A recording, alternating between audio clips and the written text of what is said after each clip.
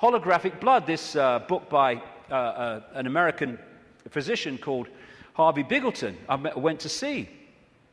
He has found holographic images in the blood. And I looked through one of his really powerful microscopes, and as he increased it and increased it and increased it, my blood went from blood as you would perceive it to quartz crystal when you got it to the most powerful level. That's what we are, crystals. So because we live in a holographic reality where everything is a smaller version of the whole, that's where we get the theme of as above, so below. That's why the human energy field is mirrored by the Earth energy field. Because we are a smaller part of the Earth hologram, and the Earth hologram is a smaller part of the greater hologram. And on one level, this reality is digital. And they're creating now, and this is extremely relevant to what I've been saying, they're creating now digital holograms that operate in a slightly different way to the holograms we've had before. And some of these digital holograms, that's one, are being used at promotions to sell products and stuff. And people are frightened to walk through the hologram because it looks so solid. And that's what this is, digital holograms. Digital holograms is the reality that we're experiencing in what I call the play-out world. And this is why numerology works. Numerology can predict things, and it can make things happen because it is working on this digital level of reality. Computers work on binary systems of on-off electrical charges, just symbolized as 1 and 0. They're now starting to develop trinary computers with a third number.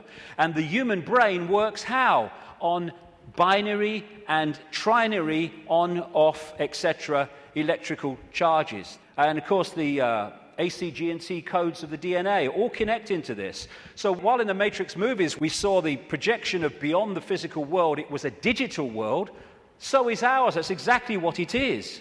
And like I say, scientists are not sussing any of this stuff in terms of the mainstream because they focus on their own discipline, their own individual dot, and they don't connect the dots, and therefore they can't see the picture. I watched a program the other day. It was a mainstream science program, and it asked the question for at least an hour. I think it was an hour. What's the biggest number? And they were going to these bloody numbers that went on and on and on and on, disappearing up there, trying to work it out. Well, I'll tell you the biggest number. That's the biggest number, infinity. There is no biggest number. There is only all possibility. And numbers are the digital level of this reality, and because of that, numbers represent vibrational states. As a result of that, you can manipulate reality through numbers and numerology, because you're manipulating that level of the decoded construct. So what does all this mean? We live a false identity. We think we're humans when we're consciousness. We're multi-leveled awareness, not just the body, consciousness. And some near-death experiences have experienced and then come back to tell the story of what they've experienced when they've been through. Sometimes they experience it as a tunnel and then come back when their body releases the consciousness for a short time. And this is one that encapsulates all of it. He said, everything from the beginning, my birth, my ancestors, my children, my wife, everything comes together simultaneously. I saw everything about me and about everyone who was around me. I saw everything they were thinking now, what they thought then, what was happening before, what was happening now. There is no time. There is no sequence of events, no such thing as limitation of distance, of period, of time, of place. I could be anywhere I wanted to be simultaneously. This body computer is what gives us the delusion of all those things. And I'll just finish on this bit. Key to holding us in servitude is to keep us in the left hemisphere of the brain. We have two, the right brain, the left brain, and we have a bridge called the corpus callosum, which bridges the two and should pass information between the two.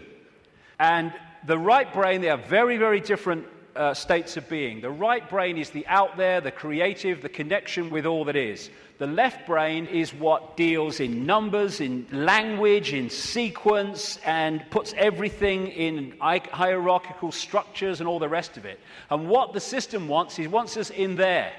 Because when we're in there and not in there, we are there. And the whole system is structured to put us there. The education system, everything. I found this, different functions of the right and left brain. What the right brain wants to do is say the color. What the left brain wants to do, language, it wants to say the word. And it's interesting when you try to go through these and say the color, how difficult it is for many people to say the color instead of the word, to say green instead of what the left brain wants, which is yellow. And the functions of the two are massively different. This lady, a brain scientist, neuroanatomist called Jill Bolte Taylor, became well known when she had a stroke in the 1990s, I think it was. And she had a stroke in the left brain and stayed awake for most of it, and therefore experienced what was happening. First of all, she got onto an exercise bike trying to overcome how she was feeling, and she looked down at her hands, because this left brain decoding system's now not working, and was not decoding reality as it normally did. She looked down, and she saw not hands, she saw claws. As this went on, she could no longer see a division between her and anything else. Everything just joined as one infinite field of energy consciousness. And she said it was just bliss. Nirvana, she called it. When she tries eventually, the left brain eventually kicks in and says, you've got to get help. She tries to call work, a colleague, to help her out. Took her 45 minutes, I think she said, a long time, trying to go through these business cards to find the number, because when she looked at them, she couldn't see numbers and words anymore, because this wasn't decoding reality as it should. She could see pixels. She was seeing this reality one step back in its digital pixel state. Eventually, through following the squiggles, she says, she managed to ring the number.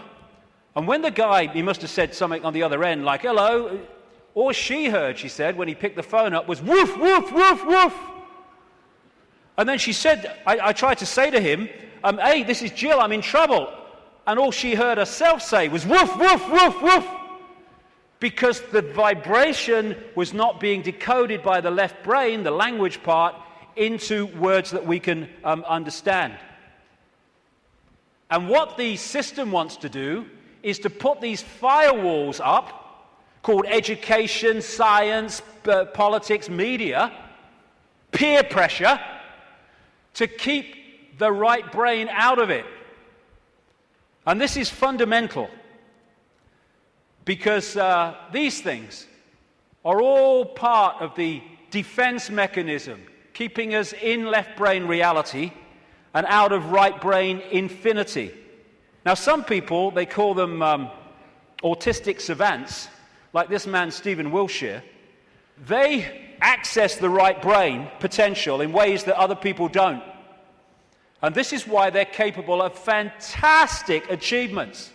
This guy, Stephen Wiltshire, was taken up in a helicopter over London by the BBC for half an hour with nothing except his eyes, and then came down and drew London from the air with incredible accuracy.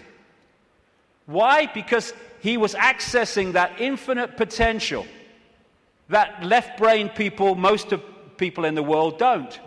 This guy, Daniel Tammet, another autistic savant, has again achieved incredible things, because he was challenged once to learn Icelandic in a week, and it's an incredibly difficult language to learn.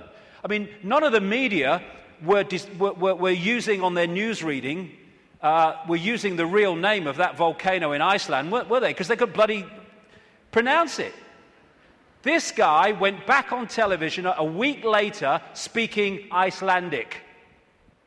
And his Icelandic teacher said, he's not human. Yes, he is. It's the human that we once were and will be again. when this suppression of our potential and our infinite possibility is brought to an end, and this shite stops.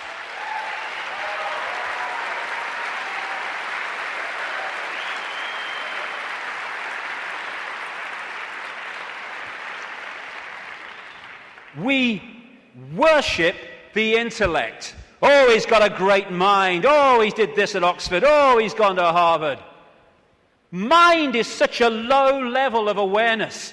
It's supposed to be a vehicle for experiencing this reality, a servant of consciousness. It's become our master. It's become something to worship, and that's the isolated intellect. That's the isolated intellect. And so we reach a point. This fork in the road is, are we going to be consciousness or mind? Are we going to be all that is or little me? It's not really free your mind, it's free yourself from mind. That's why society is structured to completely engross us and swamp us in things to occupy our mind. Open your mind, become all that is.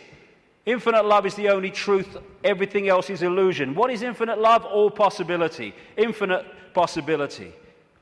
Choice between the head, thinking, intellect, and the heart, knowing, wider consciousness. Then we start to access this wider information and see the world from a completely different level. We then start to access, once we get out of mind, all these other realities that are there to be accessed and perceived and to glean insight and information from, that have been denied by being encloseted and enclosed in mind.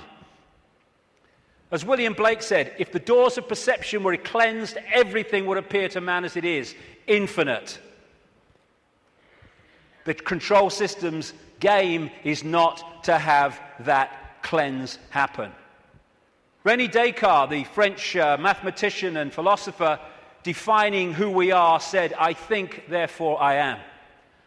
I would update that on the body computer level and say, I compute, therefore I am. But beyond that, in the realms of consciousness, it is simply I am, therefore I am. I am all that is, has been, and ever will be. And this multi-leveled conspiracy is there to keep that knowledge from us, to hold us in little me mental states, so a tiny few can control billions. Without this knowledge, we cannot understand the conspiracy and how it works.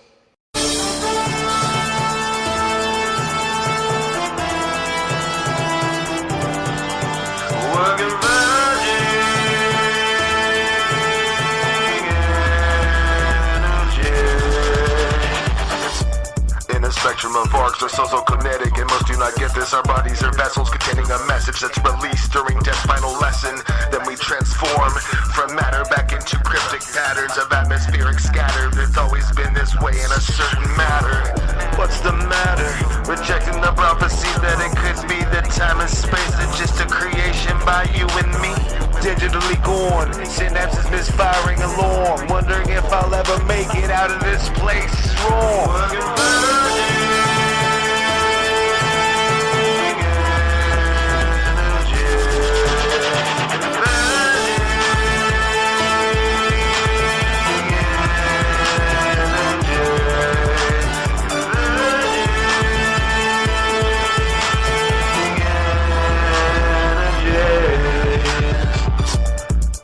That is art. Time that we spend it in most of defending it. Mothafuckers run to religion, thinking there's some kind of happy ending in it. Then we transform from matter back into cryptic patterns of atmospheric scatter. It's always been this way in a certain matter. What's the matter? Rejecting the prophecy that it could be that time and space is just a creation by you and me. When we die, we move on through electrical magnetic forces